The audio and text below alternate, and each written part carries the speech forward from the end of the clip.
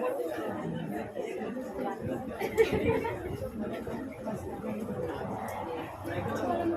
साथियों, आप सभी का स्ट्राइक 7 क्लासेस में तहे दिल से स्वागत करता हूं। और आज आपको बताने वाले हैं क्लास 10 का पॉलिटिक्स चैप्टर नंबर आपका 1 है, लोकतंत्र में सत्ता की साझेदारी। जिसमें आप सबसे पहले मैं आपको ये बताता हूं कि यानी कि पॉलिटिक्स जो है, पॉलिटी, तो पॉलिटी के मतलब सबसे पहले आपको बताता हूँ कि इसके पिता कौन है। तो पॉलिटी के पिता अरस्तु को माना जाता है। और पॉलिटी में आप क्या जानते हैं? तो पॉलिटी में आप यही जानते हैं कि मतलब जो लोकतंत्र होता है, तो लोकतंत्र किसे कहते हैं? तो लोगों के द्वारा चुने गए जो शासन, लोगों के द्वारा चुना गया जो राजा होता है, और वो राजा जो शासन चलाता है उसी को लोकतंत्र कहा जाता है। यानी कि आप डायरेक्टली में बोलो कि राजनीतिक विज्ञान में आप क्या पढ़ेंगे, यानी नागरिक शास्त्र। एक और बात, राजनीतिक विज्ञान का दूसरा नाम नागरिक शास्त्र है, जिसको इंग्लिश में सिविक्स कहते हैं। तो ऐसे आगे सिविक्स किसे कहा जाएगा, नागरिक शास्त्र किसे कहेंगे, या राजनीतिक विज्ञान किसे कहा जाएगा? तो जिसमें राजनीतिक संबंधित बातों का अध्ययन किया जाता है, यानी कि सामाजिक विज्ञान की वो शाखा जिसमें राजनीतिक संबंधित बातों का अध्ययन किया जाता है, उसे राजनीतिक विज्ञान या सिविक्स या नागरिक शास्त्र कहा जाता है। और इसके पिता जो कौन है, तो अरस्तु है। कौन है जी? तो आज का हमारा टॉप चैप्टर का नाम है लोकतंत्र में सत्ता की साझेदारी। तो सबसे पहले हम यही जानेंगे लोकतंत्र क्या होता है। तो देखिए, किसी आप लोकतंत्र जानने से पहले मैं आपको ये बताता हूँ कि सत्ता की साझेदारी क्या होती है और साझेदारी क्यों जरूरी है। पहले एक उदाहरण समझिए। मान लीजिए चलिए आपके देश में है कि आपका देश का नाम है इंडिया, और इंडिया जो है आपका है क्या, इंडिया एक धर्मनिरपेक्ष देश है। यानी कि इसमें जो है सारे धर्म के लोग जो है रहते हैं, हिंदू भी रहते हैं, मुस्लिम भी रहते हैं। अगर बात करें जनसंख्या की, तो इंडिया में आपका है क्या, हिंदू धर्म की जनसंख्या ज्यादा है। तो किसी भी धर्म या जाति के नाम पर जिनकी जनसंख्या ज्यादा होगी उन्हें बहुसंख्यक कहेंगे। उन्हें क्या कहेंगे? बहुसंख्यक। और किसी भी जाति या धर्म के नाम पर क्या होगा, संख्या जो है कम होगी, उसे अल्पसंख्यक कहेंगे। तो है क्या कि जब गवर्नमेंट बनेगी तो वो गवर्नमेंट क्या होगा कि दोनों के पक्षों में बात करेगी। ये नहीं कि हमेशा हिंदू के पक्ष में बात, ये नहीं कि हमेशा मुस्लिम के पक्ष में बात करेगी, बल्कि दोनों के पक्ष में बात करेगी। इसी को लोकतंत्र में सत्ता की साझेदारी कहा जाता है। मतलब उनका भी बात सुनेंगे और उनका भी बात सुनेंगे, दोनों की बात सुनकर और दोनों की सलाह लेकर उसके बाद कोई नियम और कानून को बनाएंगे। यहाँ बात लिखा हुआ है कि लोकतंत्र में सत्ता की साझेदारी किसे कहा जाएगा। तो किसी भी लोकतांत्रिक देश में, लोकतांत्रिक देश जिसमें संविधान उद्यान बना रहेगा, ठीक है, लोकतांत्रिक क्या जी, जिसमें संविधान उद्यान बने रहेंगे। तो किसी भी लोकतांत्रिक देश में सत्ता को समान रूप से चलाना, सत्ता मतलब शासन, समान रूप से चलाना क्या कहलाता है, लोकतंत्र में सत्ता की साझेदारी कहलाता है। क्या सुना आपने? बहुत ही आसान है। किसी भी लोकतांत्रिक देश में सत्ता को समान रूप से चलाना लोकतंत्र में सत्ता की साझेदारी कहलाता है। याद रहेगा आपको कि किसी भी लोकतांत्रिक देश में, मतलब कोई भी लोकतांत्रिक देश है जहाँ संविधान उद्यान बनाए गए हैं और वहां पर समान रूप से सत्ता को चलाया जाता है, तो उसे क्या कहा जाएगा, लोकतंत्र में सत्ता की साझेदारी कही जाएगी। जैसे कि एक उदाहरण से समझिए कि किसी देश में हिंदू धर्म के लोग बहुसंख्यक है, मतलब बहुत ज्यादा है, और किसी देश में आप मतलब उसी देश में आपका मुस्लिम धर्म के लोग जो है क्या जी, अल्पसंख्यक है। तो सरकार जो होगी दोनों के हितों में कार्य करेगी। मतलब सरकार जो बनेगी ना भाई साहब, जिस सरकार को आप चुनेंगे, जिस सरकार को जनता चुनेगी, वो सरकार हिंदू और मुस्लिम दोनों को देखते हुए ही कोई कानून को बनाएगी और उस कानून को आगे तरफ बढ़ाएगी। अब आपका है क्या, जिससे बात कर लेते हैं कि लोकतंत्र, लोकतंत्र का दूसरा नाम जनतंत्र भी है। क्या जी? जनतंत्र। तो अब देखिए, इसको इंग्लिश में बोलते हैं डेमोक्रेसी। क्या बोला जाता है? डेमोक्रेसी। अब ये जान लेते हैं दोस्तों कि डेमोक्रेसी जो वर्ड है ये कितने शब्दों से बना है। तो सबसे पहले 2 ग्रीक वर्ड से मिलकर बना है। डेमोक्रेसी जो है 2 ग्रीक वर्ड, ग्रीक मतलब यूनान वर्ड, ठीक है, यानी कि यूनान का ये वर्ड है। तो डेमोक्रेसी है जो 2 ग्रीक वर्ड से मिलकर बना है। किसे किसे? डेमोस और क्रेटिया। डेमोस और क्या जी? क्रेटिया।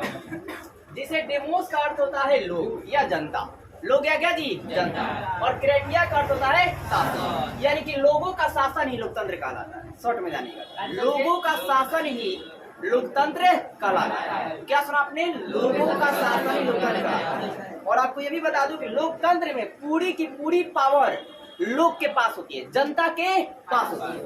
कब तक होती है किसी भी देश में? कब तक होती है? चुनाव से पहले।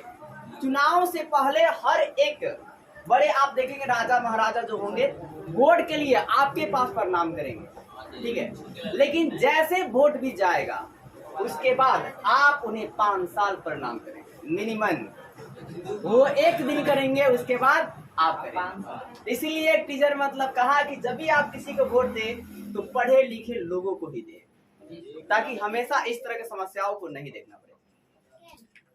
तो चलिए मतलब बात करते हैं यहाँ पर मतलब लोकतंत्र अपने आप बता दिया कि डेमोक्रेसी जो वर्ड है ये दो ग्रीक वर्ड से मिलकर बना है, डेमोस और क्या जी, क्रेटिया।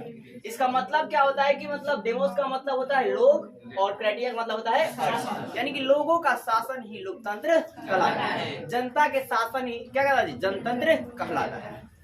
अब इसमें आप ये भी आप बात याद रखना कि मतलब पूरा जो डेमोक्रेसी में जो पावर जो है मतलब किताबें कहती है चाहे संविधान भी कहता है कि पूरी पावर किसके पास रहेगी, तो जनता के पास। किसके पास जी, जनता के पास। लेकिन उल्टा होता है हर देश में, क्या था जी, उल्टा होता है। जब तक आप वोट नहीं दिए तब तक आपके पास पावर है, लेकिन जैसे आप वोट दे दिए उसके बाद पावर आपके पास खत्म हो जाता है।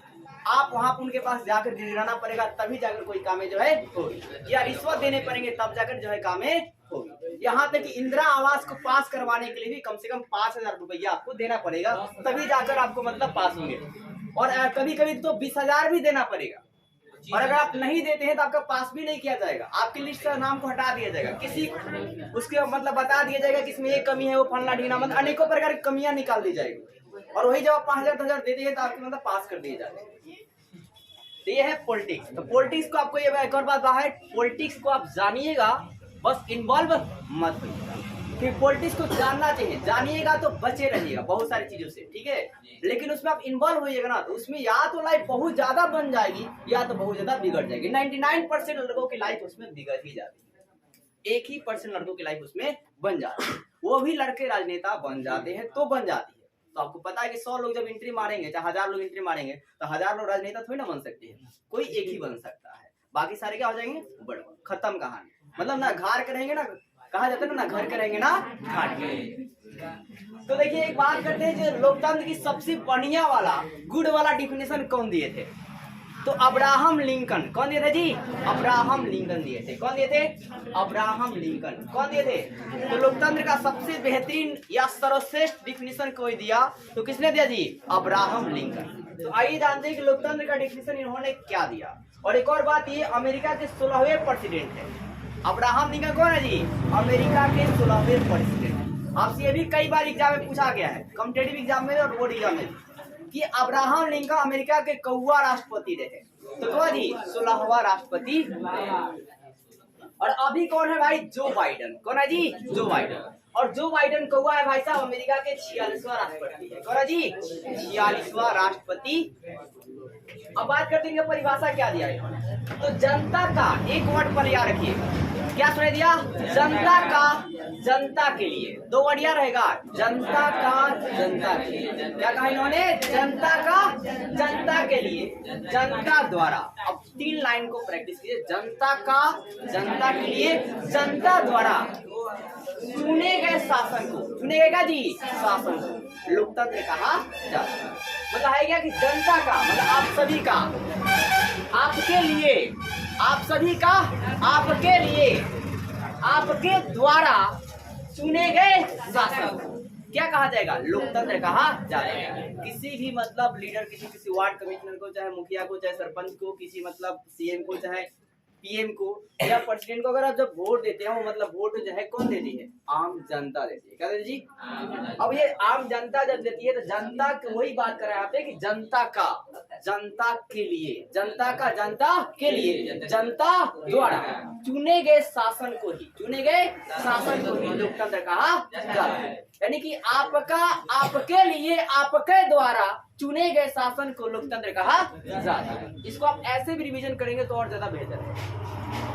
तो ये बात रही कि लोकतंत्र के बारे में, ठीक है। तो लोकतंत्र के बारे में देखिए, इसमें आपको यादें कम करना है, प्रयास करना है ज्यादा चीजों को समझें कि लोकतंत्र मतलब क्या। एक लाइन में छोटी सी बात याद रखिएगा कि लोगों के द्वारा शासन जो चलाया जाता है उसे लोकतंत्र कहा जाता है।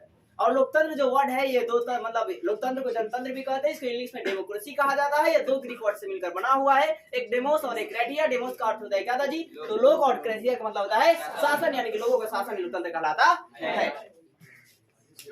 अब है क्या, देखिए लोकतंत्र में विविधता विविधता, विविधता या कहिए विभिन्नता, दोनों वर्ड क्या है जी? सेमी। ये भी आपको कई बार पूछेगा सब्जेक्टिव में। तो देखिए, किसी भी समाज में धर्म के नाम पर, जाति के नाम पर, गरीबी अमीरी के नाम पर लोग बटे होते हैं। लोग क्या था जी? बटे होते हैं, और उसी को लोकतंत्र में विविधता कहा जाता है। तो हमने क्या बताया कि किसी भी देश में, किसी भी देश के समाज में जाति, धर्म, भाषा के आधार पर लोग क्या होते हैं? बटे होते हैं। गरीब और अमीर के नाम से भी बटे होते हैं। तो उसी को लोकतंत्र में विविधता या क्या जी? विविधता या विभिन्नता कहा जाता है। तो विविधता मतलब डिफरेंस, इसको भी आपको याद नहीं रखना है, बस आपको याद रखना है कि लोकतंत्र विविधता मतलब क्या। कि लोकतंत्र में क्या है कि किसी मतलब अलग अलग प्रकार के जाति के लोग रहते हैं, अलग अलग प्रकार के धर्म के लोग रहते हैं, उसी को लोकतंत्र में विविधता कहा जाता है। अब यहाँ पर एक प्रश्न उठकर ये आता है, क्या लोकतंत्र में विविधता अच्छा है कि नहीं? क्या एक ही संप्रदाय का? इसके लिए आप एक उदाहरण देखिए। सिर्फ अगर आपको आलू खाने के लिए दिया जाए पूरा सालों भर, तो आपको कैसा लगेगा? केवल आलू आलू, अच्छा नहीं ना लगेगा? तो कहने का मतलब यही बात है कि लोकतंत्र में भी केवल एक आदमी शासन चलाएगा, केवल हमेशा मतलब मान के एक ही संप्रदाय के लोग शासन चलाएंगे, या लोकतंत्र में हमेशा एक ही जाति के लोग रहेंगे, तो आपको वहाँ पे अच्छा नहीं लगेगा। इसलिए लोकतंत्र में जो है ना, विविधता बहुत बहुत ज्यादा जरूरी है। यानी कि लोकतंत्र में विविधता जो होना जो है अच्छा है, क्योंकि हर पक्ष अपनी बातों को रखेगा वहाँ पर और अपनी समस्याओं को बतलाएगा, तब जाकर ना मतलब जो बड़े होंगे अपने क्या जी, वो जो भी नियम और कानून को आसानी से बना पाए। तो आपने ही जाना कि समाज में जाति, धर्म, भाषा के आधार पर लोग क्या होते हैं? बटे होते हैं, और उसी को हम लोग क्या बोलते हैं? लोकतंत्र में विविधता कहा जाता है। और लोकतंत्र में विविधता होना बहुत ही अच्छा होता है। जैसे मान के चलिए, एक जगह खाली गुलाब का, एक बागवानी में खाली गुलाब का फूल है, और एक बागवानी में गुलाब, चमेली, ठीक है, और क्या बोलते हैं आपका सूर्यमुखी, अनेकों प्रकार के फूल हैं। अब बताइए सबसे बेहतरीन कौन लगेगा? कौन गार्डन जिसमें गुलाब भी है और किसमें चमेली भी है? तो क्या आपसे कभी चमेली ये कहता है कि मैं चमेली हूँ? बोलता है जी? नहीं बोलता है। तो वैसे ही लोकतंत्र में जो भाग लेते हैं, देश को चलाते हैं, उन्हें कभी भी अपने किसी धर्म के नाम पर, किसी जाति के नाम पर वोटों को नहीं लेना चाहिए, और ना ही जनता को, आम जनता को देना भी चाहिए। अगर जाति के नाम पर और धर्म के नाम पर अगर आप वोट देते हैं, तो आपसे बड़ा मूर्ख कोई नहीं। क्योंकि आपके, देखिए एक बात याद रखना कि आपके जात वाले ही, आपके धर्म वाले ही आपके ज्यादा जलते हैं। ये वास्तविकता और सच है। अपने रियल लाइफ में अभी बढ़ते उम्र जाएगी, और आप इसमें एक्सपेरिमेंट कर देख भी लेना कि आपके अपने ही कास्ट के लोग आपको ज्यादा पीछे खींचने के। क्यों? क्योंकि ये सोचेंगे कि हमारे कास्ट में वो बहुत ही ज्यादा आगा निकल जाए, रुको टगरिया खींच दे, समझे? तो ऐसा ही होता है। तो इसलिए मतलब आपको है क्या कि देखिए, नीचे जिससे उठ रहा है जो, उसको आप उठाने का प्रयास कीजिए, और अगर उसको आपने उठ दिया तो सारे को संभाल कर लेकर चलिए। वो चीजों को समझता है, और जो हमेशा दिन रात एसी में बैठकर पैदा हुए हैं और दिन रात एसी में ही उनकी जिंदगी गुजरी है, वो क्या गरीबी को समझ पाएंगे? आपको लगता है? नहीं, कभी नहीं समझ पाएंगे। तो देखिए, और फिर जब हम मिलजुल कर रहते हैं तो उसे विविधता में एकता कहा जाता है। विविधता क्या था जी? हमारे इंडिया में सभी धर्म के लोग रहते हैं, फिर भी हम लोग क्या करते हैं जी? मिलजुल कर रहते हैं, नहीं रहते जी? मतलब आपका है क्या कि मतलब अलग अलग त्योहार मनते हैं, अलग त्योहार में हम लोग जाते भी हैं, तो इसको कहा जाता है विविधता में एकता। और जिस भी देश में विविधता में एकता रहेगी, मतलब लोकतंत्र में सत्ता की सरदारी रहेगी, वो देश बहुत जल्दी आगे बढ़ेगा। अगर आप आपस में ही हिंदू मुस्लिम करके लड़ेंगे, आप आपस में ही छोटे कास्ट बड़े कास्ट लेकर लड़ेंगे, आप आपस में ही गरीबी अमीरी को लेकर लड़ेंगे, तो आप ही पीछे जाएंगे, आपका देश ही क्या होगा?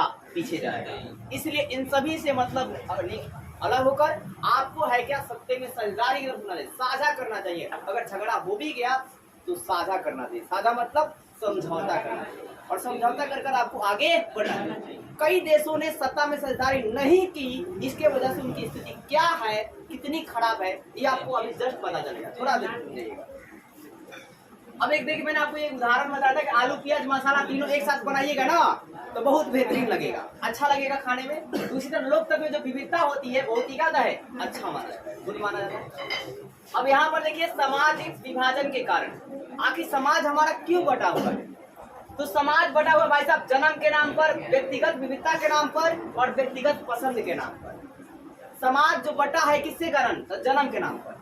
केकरो जन्म दूसर जाति में हो गया, केकरो जन्म दूसर जाति में हो गया, किसी का उच्च जाति में हो गया, किसी का नीच जाति में हो गया। ऐसे मतलब कृष्ण, भगवान कृष्ण के अनुसार तो उच्च नीच जाति होती ही नहीं।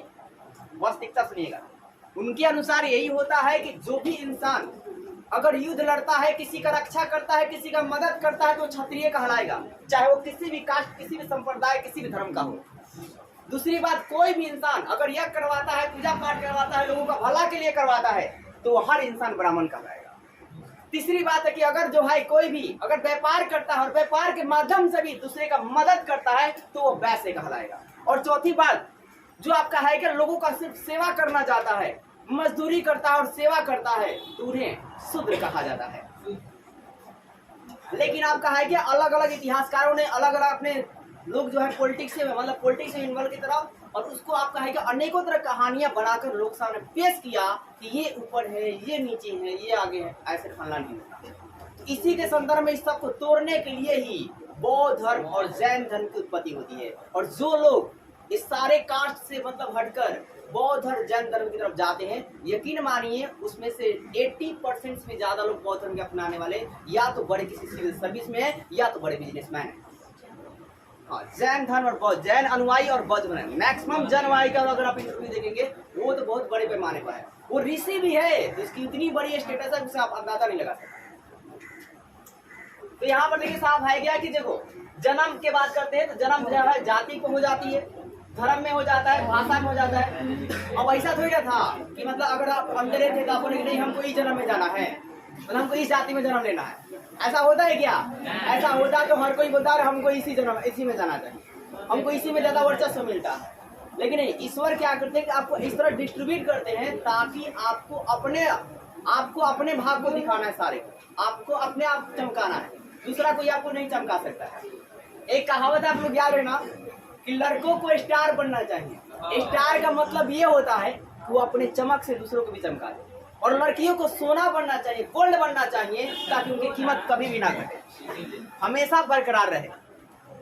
तो देखिए, अब व्यक्तिगत विविधता की बात कर लेते हैं। आइए ध्यान दीजिए, रंग और नस्ल की बात देखते हैं। देखिए, रंग और या नस्ल की बात करो भाई साहब, तो होता है क्या कि कोई गोरा है, कोई काला है, ठीक है, तो इसमें मतलब इसमें विविधता पाई जाती है। कुछ लोग ऐसे होते हैं जो अगर काले होते हैं तो गोरे से नफरत करते हैं, और कुछ लोग गोरे लोग होते हैं तो काले से नफरत करते हैं। तो ये सिलसिला इंडिया में तो कम चलती है, ठीक है, लेकिन अमेरिका जो देश होते हैं ना, जो आपका मैंने आपको बताया था BTS, नॉर्थ कोरिया, वैसे ही देशों में आपको है क्या ज्यादा भेदभाव जो है चलती है, लेकिन नहीं करना चाहिए। वो ज्यादा भेदभाव करेंगे तो वही पीछे जाएंगे, ठीक है। फिर इसमें आपका अमीरी गरीबी की बात होता है, कोई अमीर होता है, कोई गरीब होता है, ठीक है। अभी आपने देखा है कई मतलब नेता थे जो नीच जाति के लोग पर मतलब ऐसी मतलब क्या किया, यूरिन को परवाह कर दिया। इसके लिए कई बार कंट्रोवर्सी चला, लेकिन वो बड़े नेताओं के मतलब संपर्क में थे, इसलिए आज तक वो अंदर नहीं गए। लेकिन पूरा मतलब वीडियो उनका वायरल हो ही रहा है, फिर भी कोई सुनवाई नहीं। अब देखो भाई साहब, व्यक्तिगत पसंद की बात करते हैं। तो व्यक्तिगत पसंद मतलब ध्यान कि मान लो कि आपको हिंदू धर्म अच्छा नहीं लग रहा है, ठीक है, तो आपने क्या किया, मुस्लिम धर्म में परिवर्तन करवाया। इसको बोलते हैं धर्मांतरण या धर्म परिवर्तन। क्या जी? धर्म परिवर्तन। अगर मान लीजिए आप मुस्लिम धर्म के लोग हैं, आपने देखा भी हो, मुस्लिम धर्म के लोग हैं और इन्होंने किसमें चला गया जी, हिंदू धर्म को अपना लिया, तो इसको कहते हैं धर्म परिवर्तन। तो इंडिया में आपका है क्या, चाहे किसी भी देश में आपको ये पूरा स्वतंत्रता है कि आपको जो धर्म अच्छे लगे उस धर्म की तरफ जा सकते। लेकिन हाँ, एक और बात, किसी के बहकावे में आकर, किसी के सुने में आकर आप अपना धर्म परिवर्तन को नहीं करेंगे। अगर आप अपने धर्म परिवर्तन करते हैं तो इसका खमियाजा आपको ही बदलना पड़ेगा। और मैं तो कहूंगा कि अगर आप जिस भी धर्म में, ईश्वर ने आपको जो भी धर्म दिया है, उसे अच्छे से स्वीकार कीजिए और उसको कठिनाई से, चाहे मतलब क्या बोलते हैं, संघर्ष के दौरान जीते जाइए। एक ना एक दिन आप मतलब सफल हो ही जाइएगा और वो संघर्ष खत्म हो ही जाएगा, अगर आप अच्छे हैं।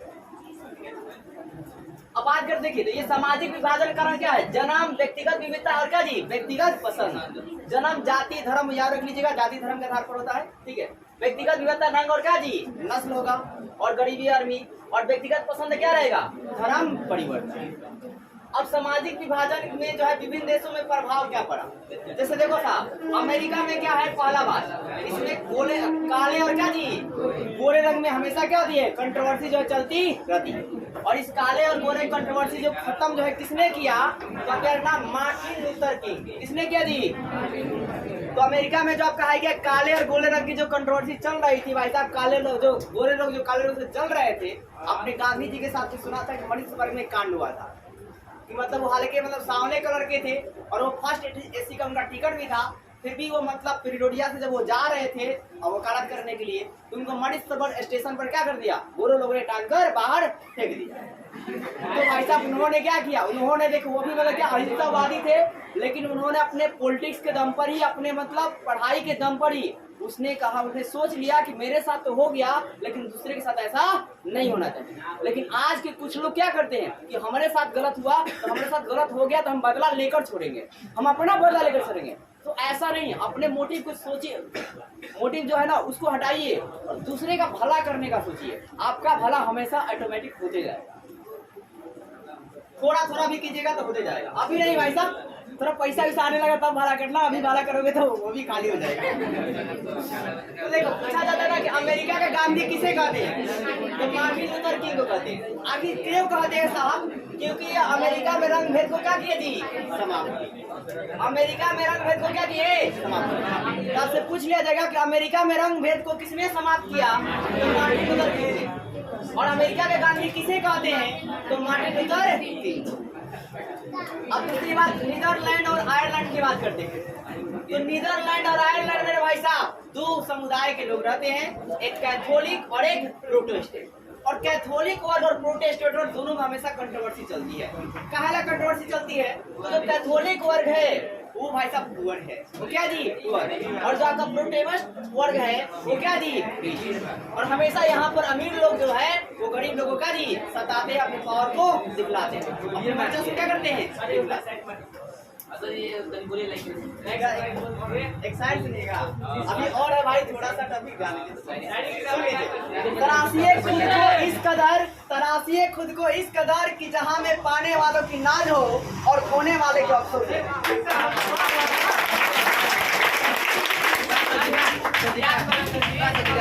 अब बात करते हैं कि सत्ता की साझेदारी जो है क्यों जरूरी है। ठीक है, तो सत्ता की साझेदारी देखिए, इसमें हम लोग दो उदाहरण देखेंगे, दो देशों को देखेंगे, एक बेल्जियम और एक श्रीलंका। बेल्जियम जो है सत्ता की साझेदारी कर लेगा तो उसको क्या फायदा हुआ, और आपका है क्या श्रीलंका जो है सत्ता की साझेदारी नहीं कर पाया तो उसे क्या नुकसान हुआ। तो देखिए बेल्जियम की बात करते हैं, सबसे पहले थोड़ा बेल्जियम के बारे में अलग से इन्फॉर्मेशन ले लीजिए कि बेल्जियम की राजधानी क्या है, तो ब्रुसेल्स है। कौन है जी, ब्रुसेल्स। और यहाँ की मुद्रा का नाम क्या है, तो यूरो है। क्या जी, यूरो है। तो बेल्जियम की राजधानी क्या जी, ब्रुसेल्स। ये भी कई बार आपसे पूछेगा एग्जाम में। और इसकी मुद्रा का नाम क्या जी, यूरो है। क्या जी, यूरो। और आपका यहाँ का बेल्जियम, पूरे बेल्जियम का जो आबादी है कितना है, तो 100 लाख। कितना जी, 100 लाख। कितना जी, 100 लाख। 100 लाख मतलब कितना जी, 1 करोड़। तो देखो ये कितना जी, 100 लाख है। कितना है, 100 लाख। इसमें से आप याद रखना कि ध्यान दीजिएगा कि 59 लाख जो है डच भाषी है, मतलब डच भाषा बोलते हैं। 59 लाख क्या बोलते हैं जी, डच। और आपका 40% क्या बोलते हैं, फ्रेंच। क्या बोलते हैं, फ्रेंच। और 1% क्या बोलते हैं जी, मतलब आपका मान लीजिए पूरा 100% इनकी जनसंख्या है, और 100% में जो है 59% क्या बोलते हैं, डच। और 40% क्या बोलते हैं, आप ऐसे को याद कर लीजिए कि 59 जो है क्या बोलते हैं, डच बोलते हैं, और 1% जर्मन। तब 59 और कितना होता है, 60। कितना होता है जी, 60। बच क्या बोल गया, 40। तो 40 कौन बोलते हैं, फ्रेंच। क्या बोलते हैं, फ्रेंच। अब ये जो डच बोलने वाले लोग हैं वो कहाँ के हैं, तो फ्लेमिश क्षेत्र के हैं। किस क्षेत्र का जी, फ्लेमिश क्षेत्र। लेकिन ये भाई साहब एक कमजोर है, इनके पास उतना पैसा वैसा नहीं है, इनकी आर्थिक स्थिति उतनी ज्यादा अच्छी नहीं है। और जो आपका फ्रेंच बोलने वाले हैं ये बेलेनिया के हैं। कहाँ के हैं, बेलेनिया क्षेत्र के हैं। और ये भाई साहब मजबूत है, इनके पास पैसा वैसा थोड़ा ज्यादा है, समृद्ध है। ठीक है। और बात करते हैं आपका जो राजधानी ब्रुसेल्स है, यहाँ पर उल्टा है। यहाँ पर क्या जी, उल्टा। यहाँ पर आपका है फ्रेंच बोलने वाले 80% है। क्या है, 80%। मतलब लोकतंत्र में जो आपका है ना भाई साहब, राजधानी में जो काम करने वाले लोग हैं, बड़े पदों पर लोग जो हैं वो ज्यादातर कहाँ, कौन है जी, फ्रेंच बोलने वाले। कौन है, फ्रेंच। राजधानी में कितने हैं भाई 80%। और आपका है क्या डच बोलने वाले कितने परसेंट है 20%। आपके बाहरी इलाकों में जो है मतलब जहां मतलब पूरे बात करते हैं आपका बेल्जियम की, तो पूरे बेल्जियम में डच ज्यादा है। डच क्या जी ज्यादा है 59, और फ्रेंच क्या है कम। लेकिन जो राजधानी ब्रुसेल्स है, तो राजधानी में आपको पता है कि हर काम जो भी बड़ा बड़ा काम होगा, जो कोर्ट कचहरी होगा, जो भी मतलब थाना बड़े थाने होंगे, वो सारे कहाँ होते हैं राजधानी में होती है। आपके देश का सारा चीज कहाँ है आपके देश की राजधानी में है, नई दिल्ली में, ठीक है। तो उसी प्रकार राजधानी ब्रुसेल्स जो है वहां पर फ्रेंच लोग जो है क्या ज्यादा है। फ्रेंच बोलने वाले क्या जी 80% है, और डच बोलने वाले क्या जी मात्र 20%।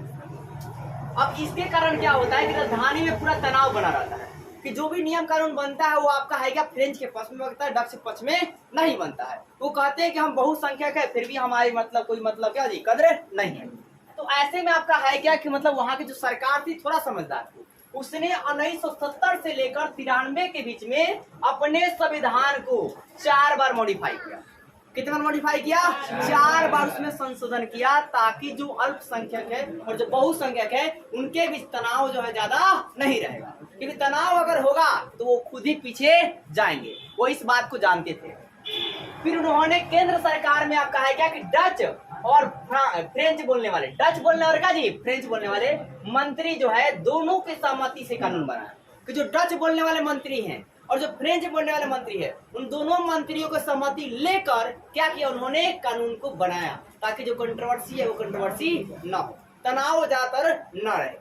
इससे फायदा क्या हुआ कि बेल्जियम विकास करने लगा। बेल्जियम का जी विकास, जो लोग कंट्रोवर्सी में ध्यान देंगे अब वो लोग कहाँ ध्यान देंगे अपने विकास में ध्यान देंगे। लेकिन श्रीलंका भाई साहब ऐसा नहीं किया। श्रीलंका में भी क्या होगा आप देखेंगे,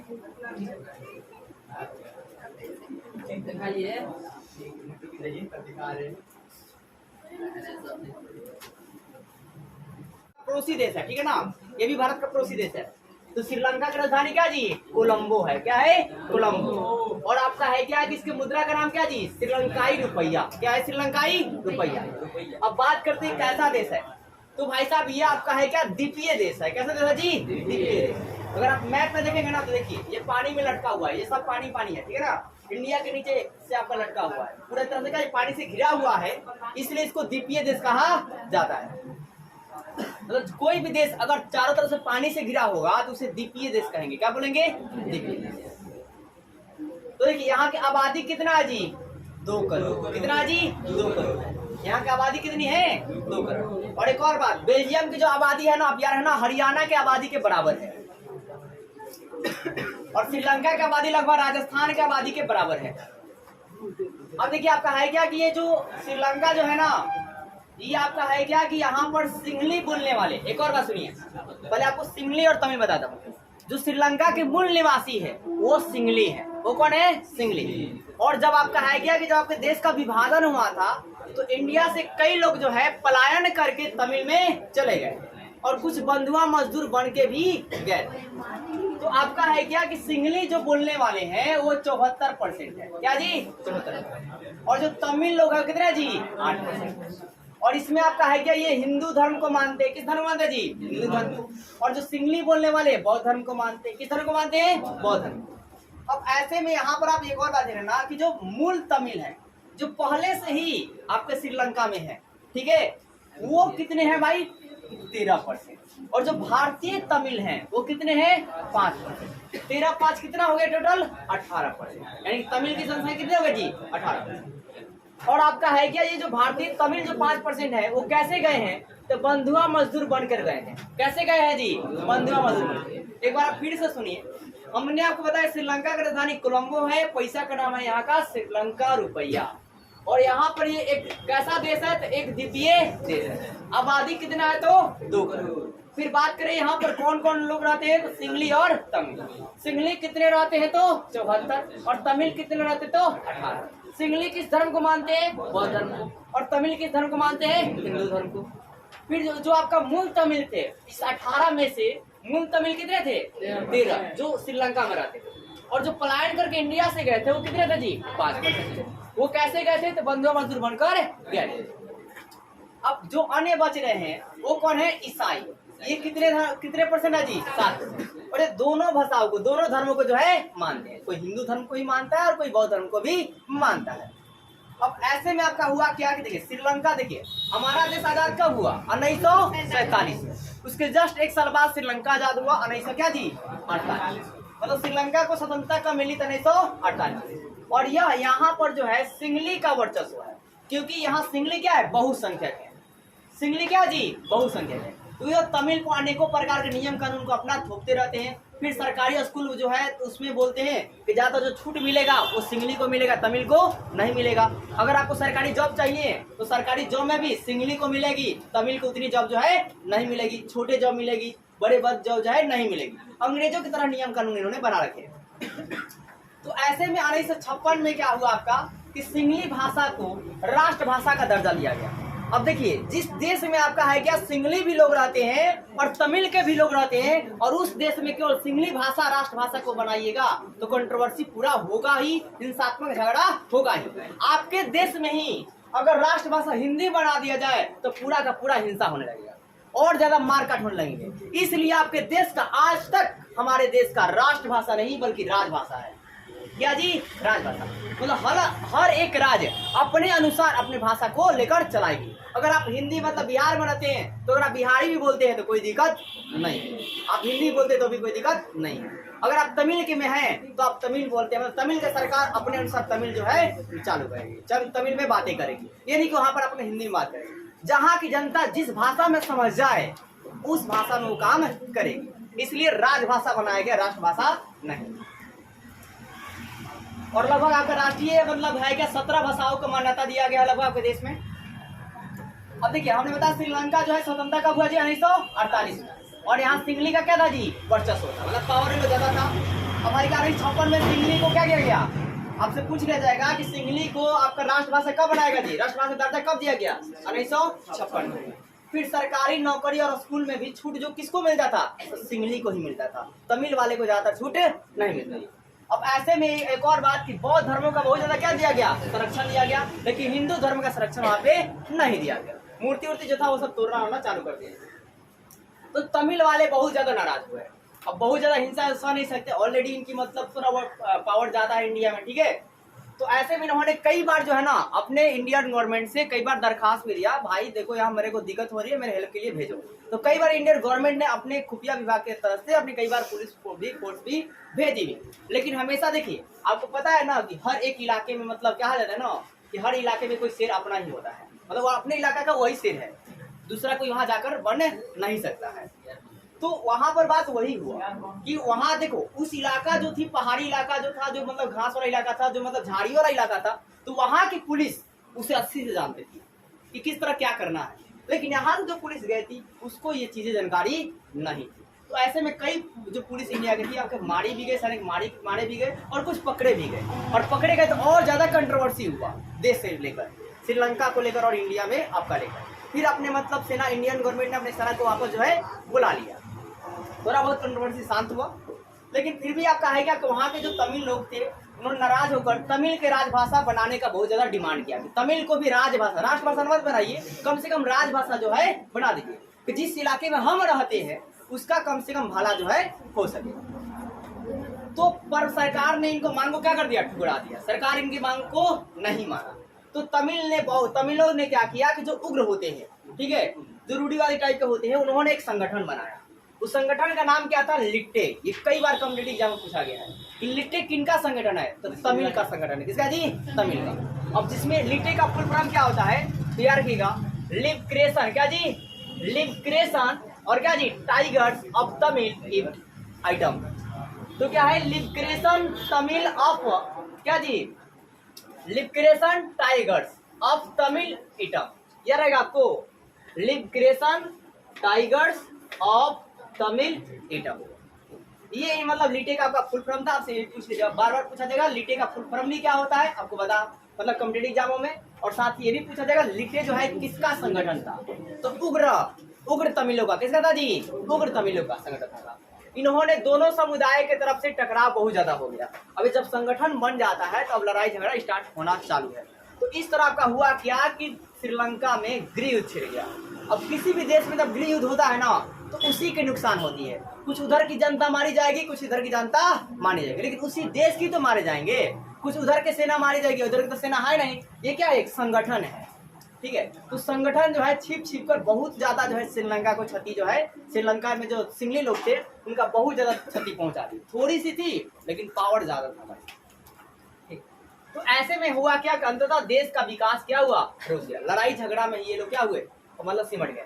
इससे स्पष्ट होता है कि देश के विकास के लिए लोकतंत्र में साते की सरदारी क्या जी आवश्यक है। अगर सरकार ने साते की सरदारी कर लिया होता कि साता जो है, अगर उसने क्या जी डिमांड कर रहा है कि मुझे तमिल राजभाषा चाहिए, तो तमिलों की बात मान लिया होता कि अपने में गिरी युद्ध नहीं होती। इनकी पैसा जो खर्चा जो युद्ध लड़ने में हो रहा है वो पैसा कहीं विकास करने में करते, तो इनका देश और विकाता विकास होता। और बेल्जियम ने बात मान लिया तो क्या हुआ भाई साहब, आगे विकास कर गया। इंडिया ने भी इस चीज को समझा और वो भी इस मतलब सत्य में सरदारी किया और वो भी आपका आगे जो है बढ़ रहा है। उम्मीद करता हूँ वीडियो आपको अच्छी लगी और वीडियो अच्छी लगी वीडियो को लाइक कीजिए और सब्सक्राइब ज्यादा शेयर कीजिए। हाँ जी, कमेंट भी कर दीजिए।